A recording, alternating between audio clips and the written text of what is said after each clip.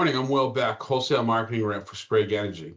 Welcome to Sprague's Refined Products Review, where we share what's moving the market, giving you insights into what we're seeing every day. I'm joined by NEFI's President and CEO, Jim Collura. Jim, thanks so much for being here. Thank you. Jim, I know a fair bit about NEFI, don't know all of it, obviously, as much as you do, but I've been involved. But tell some of the audience a little bit about you, a little bit about NEFI, and what you guys do for the liquid fuels delivered industry. Yeah, sure. Thank you, Will. And thank you to everyone at Sprague for having me on here. Appreciate your longtime membership with our association and how engaged you've been in the important work that we do. So thank you again.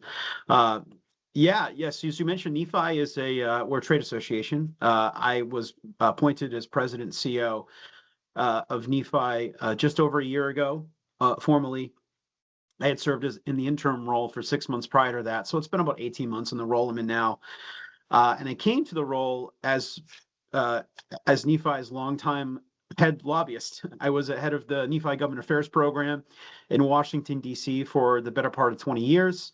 19 years before taking on the role as president and CEO. And I came to NEFI having worked in other organizations in Washington, D.C. and also previously on Capitol Hill for a prominent senator from New Hampshire. Those of your clients of yours that are from New Hampshire know Senator Judd Gregg. That's how I got my foot in the door in Washington, D.C. And prior to that, had a little bit of experience in New Hampshire politics as well, working on local campaigns. I was brought on NEFI 20 years ago to lead their policy and government affairs work, mainly in Washington, D.C., but a little bit of state and local as well, really in support of our state and local association partners. Now, when I came to NEFI, it was actually a New England association called the New England Fuels Institute, and its focus was primarily representing the wholesale and retail heating oil market in New England. Even though there was some membership outside of New England, the vast majority of the members were in New England. Fast forward to today, we are technically a national association. My immediate predecessor took this organization in name and mission national in 2020, formerly in 2021, and we've been working in Washington, D.C. on behalf of not only our members in New England, but increasingly a number of interests outside of New England. We now have members, the retail on the retail side of the industry is as far south as Virginia. And as you know, the heating oil industry today is smaller than it was when I was hired, but it has diversified extensively, and many of our members market not only home heating oil, but also propane, off-road fuels, other types of liquid fuels, and many are also full service home comfort businesses as well. So our association really these days, we're advocating for not just the liquid heating fuels industry, that's of course our bread and butter, but more broadly, the broader home comfort industry, particularly when you're talking about issues such as energy choice, and it's something I know we're going to talk about in a little bit.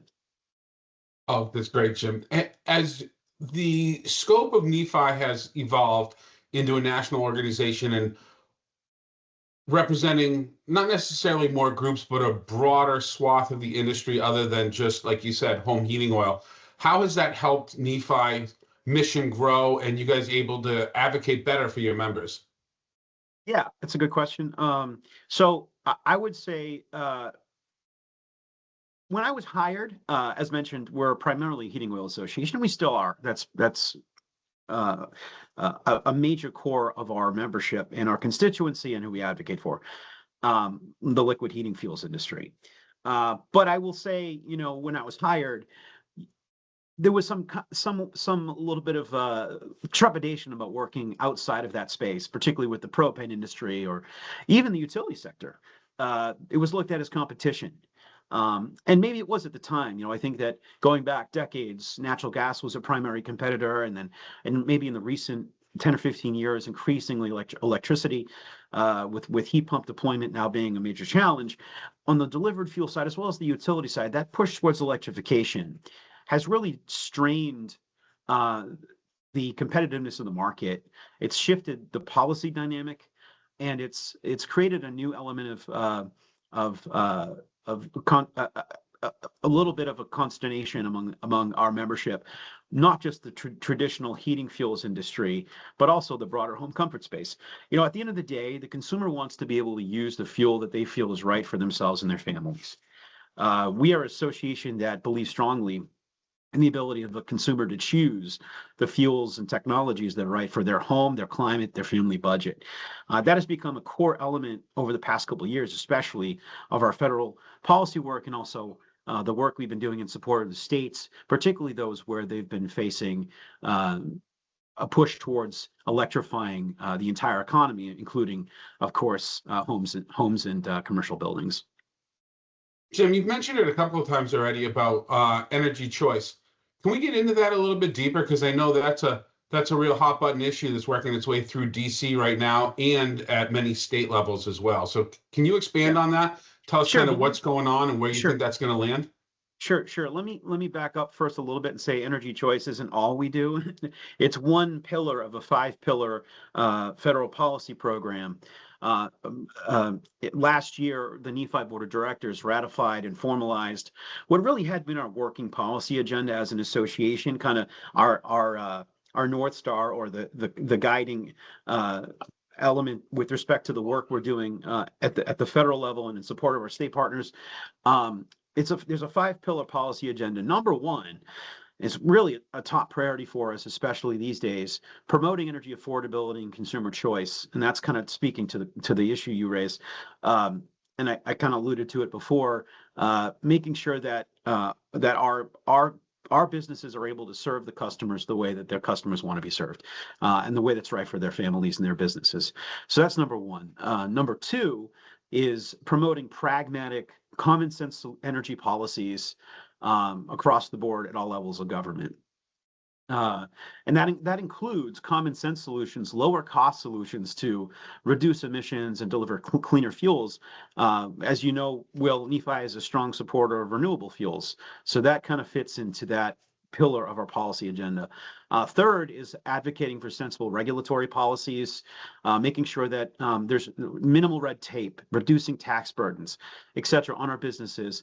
As many of them are still small to mid-sized businesses, those kinds of issues weigh heavily on their competitiveness and their ability to serve their customers.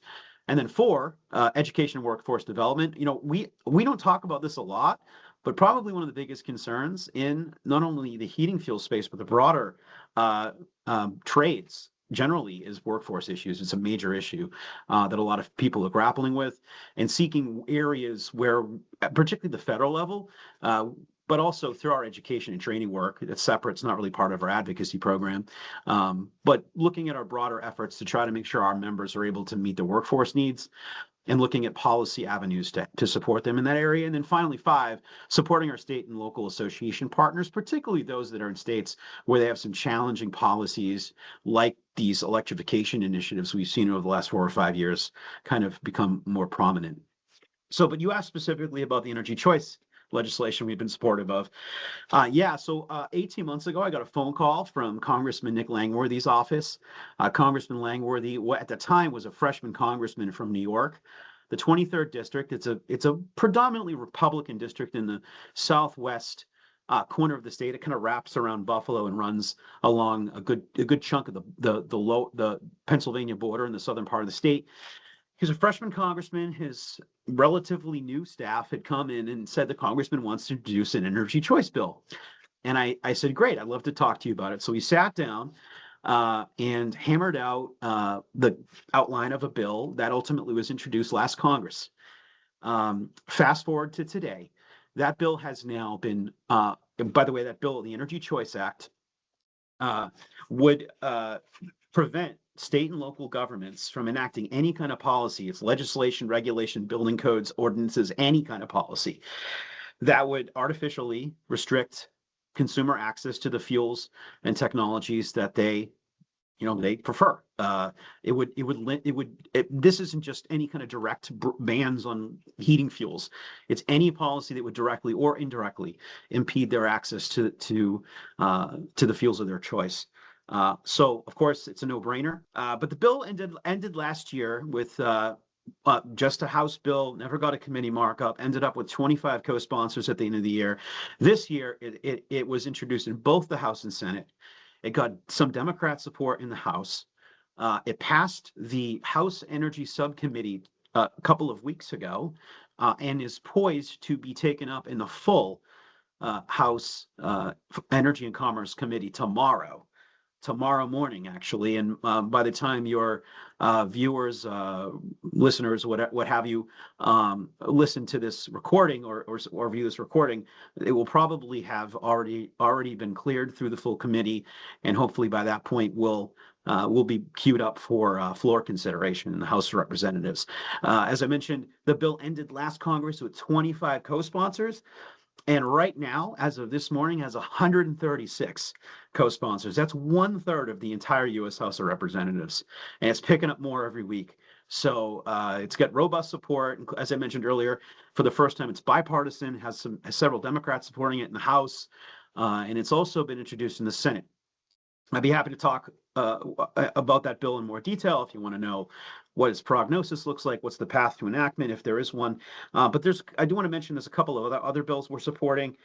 We're also Jim, supporting. Jim, ahead. Yeah. Quick question before you get to some of the other advocacy work that you're doing and supporting right now. Just talking about the success of the Energy Choice Act is having right now as it makes its way through DC. From our listeners and viewers' standpoint, anything they can do to help, whether it's contacting a congressman or writing a letter, what sort of things can maybe some of us do to help get that over the edge? Yeah, that's a great question. We have launched a call to action, which folks can go in and enter their home address, and it'll tell them who their members of Congress are, and they can send a pre-written letter. They can modify it or add to it if they want. Send a pre-written letter to all their members of Congress in their state. There's 2 senators and their congressperson in support of the bill. That's number one. And number two, they can participate in advocacy days. If there's an interest in coming to Washington and you're from a state or district where we're looking for some additional support, we'd love to have you down here to meet with your members of Congress and see if you can get them on board the bill. But either way, I would encourage them to take a look at the legislation online. Go to congress.gov and Google Energy Choice Act. Also the bill is HR 3699. Look at the list of co-sponsors. If you don't see your member of Congress there, please do reach out to them, particularly if you have a personal relationship with the member of Congress. If you're in their district and you know them or someone in their family, or maybe you've delivered fuels to their house before. We have some members that are in that situation. We'd love to have that kind of outreach and support. That grassroots is what helps us get us over the finish line with a lot of this stuff. And I'll echo just what you said, because I've been fortunate enough to go down to DC a number of times. It is a great opportunity. So anybody that wants to reach out to Jim or reach out to your state exec and try to get down there at least once in your career, because it's well worth it. Yeah. And Will, I would also add, some people, I was actually just in New Hampshire at a meeting, and they said, well, we have an energy choice law here in New Hampshire, so we're all set. But I will say the Energy Choice Act is not the only energy choice bill we're supporting.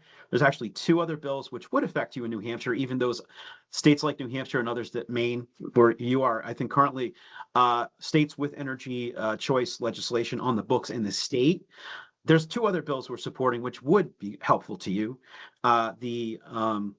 The Don't Mess With My Home Appliances Act, which was introduced in the previous Congress. We supported it at last Congress as well. It was introduced at that time as the Hands Off Our Home Appliances Act, but that spelled out an acronym hoo-ha, which ended up creating a lot of inside jokes in Washington. So they decided to rename it this Congress to Don't Mess With My Home Appliances Act.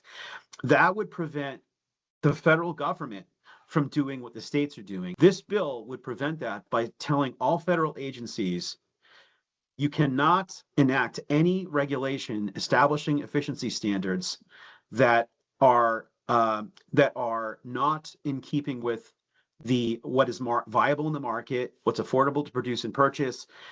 It would require that the investment pay back the consumer in 3 years, and it would prevent the agencies from banning any types of appliances based on the fuels they use.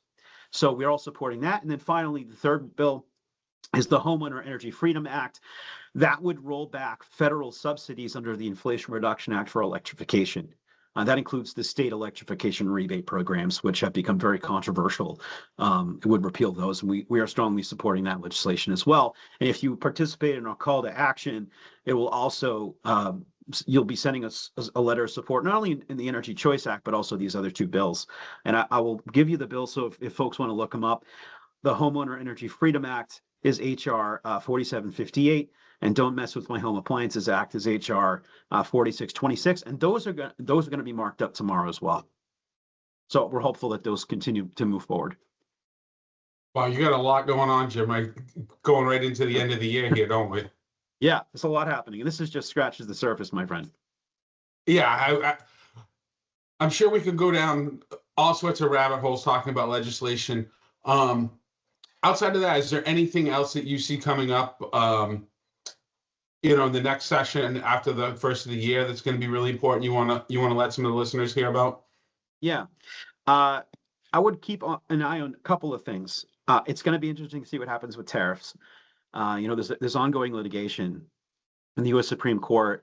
Now, generally speaking, it seems like energy imports got a pass with respect to tariffs.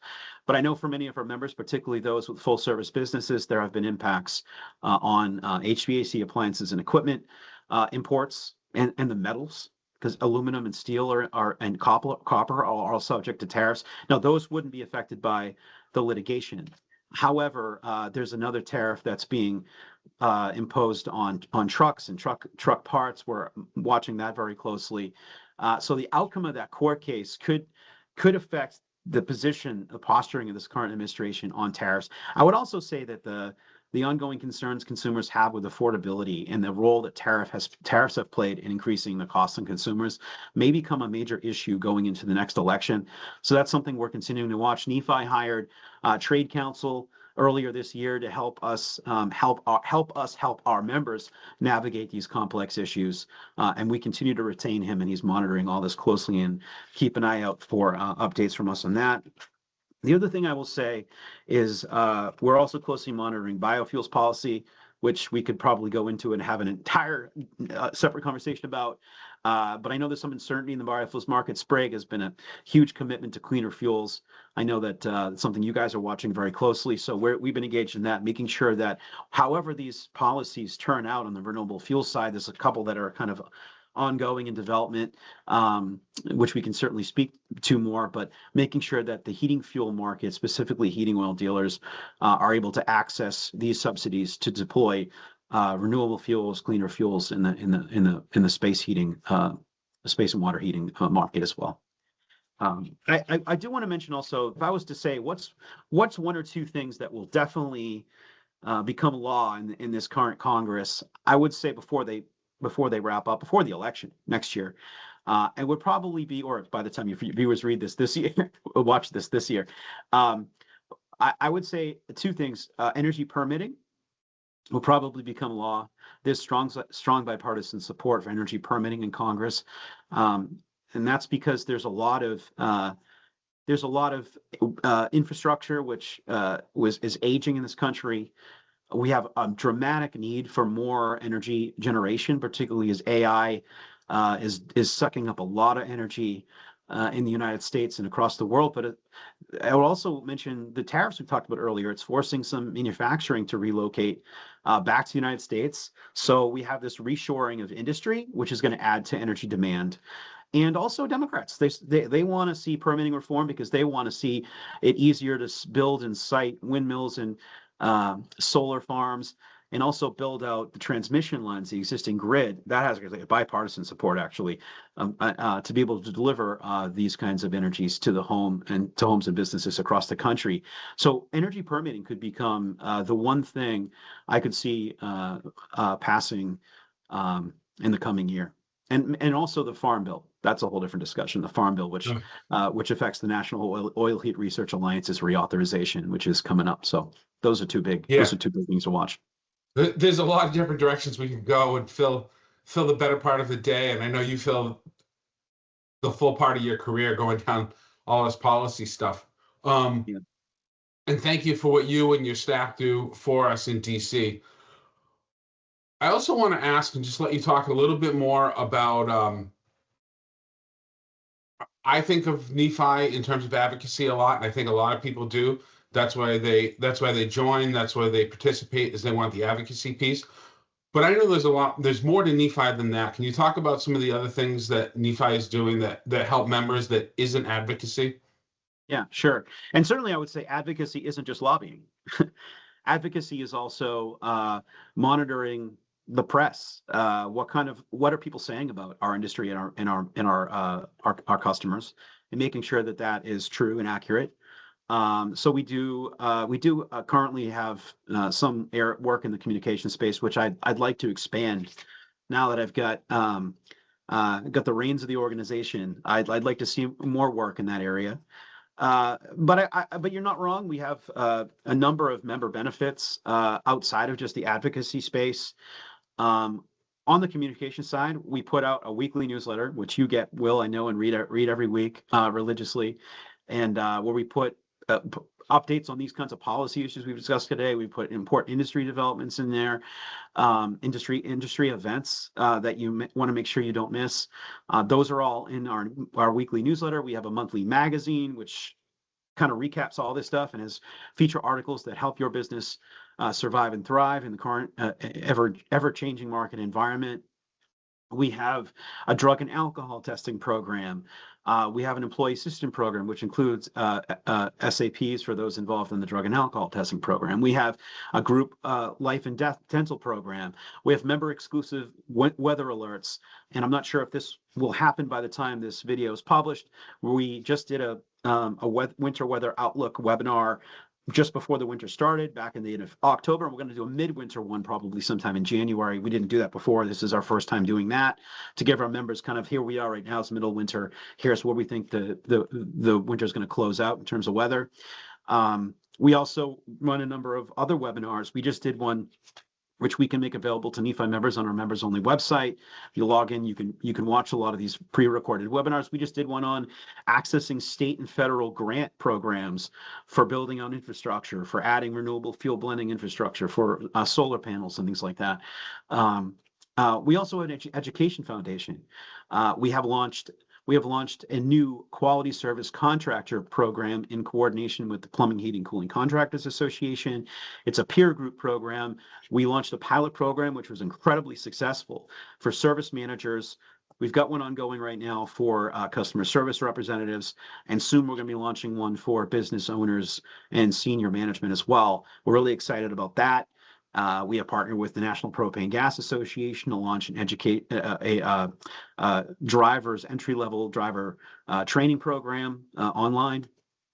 And we also have an on-call attorney who primarily does regulatory compliance work. He monitors regulations at the federal level for us and some of the state level as well, in the hazmat, transportation, and storage area.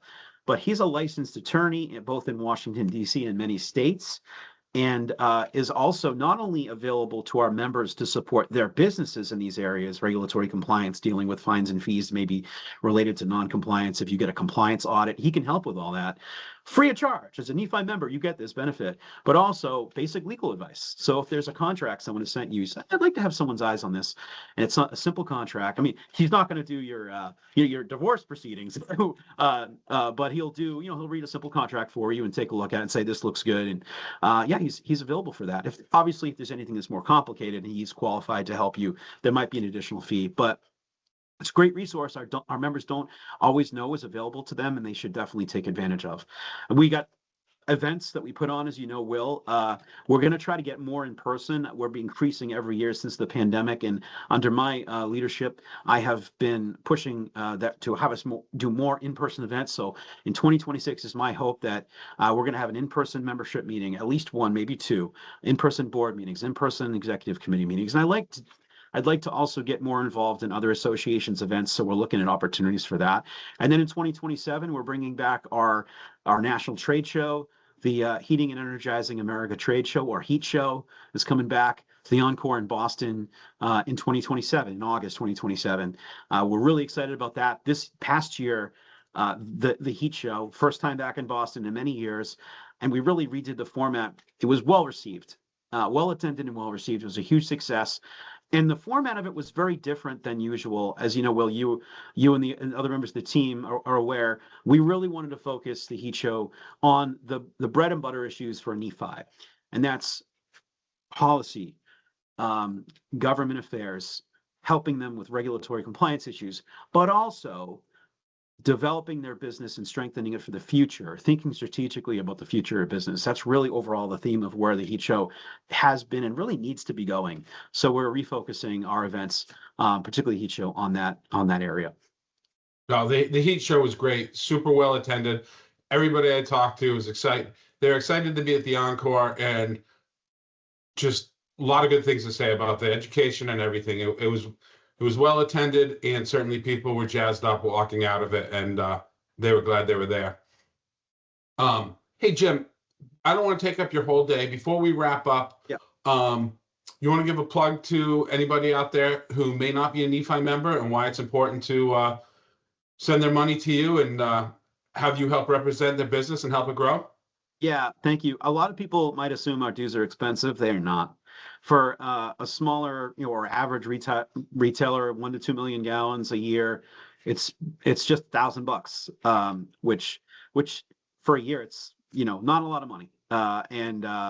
I know that's maybe not true for everybody. Some businesses out there, maybe it is a lot of money, but I think you get a solid return on investment for your membership. As we talked about, we are working our butts off in advocating for this industry. I think we have a great portfolio of member benefits. And I think most of all, when you join this association, you're standing shoulder to shoulder with your peers, drawing a line in the sand and saying, we're important, we matter. This association believes strongly in the importance of this industry and what it does and the people it serves.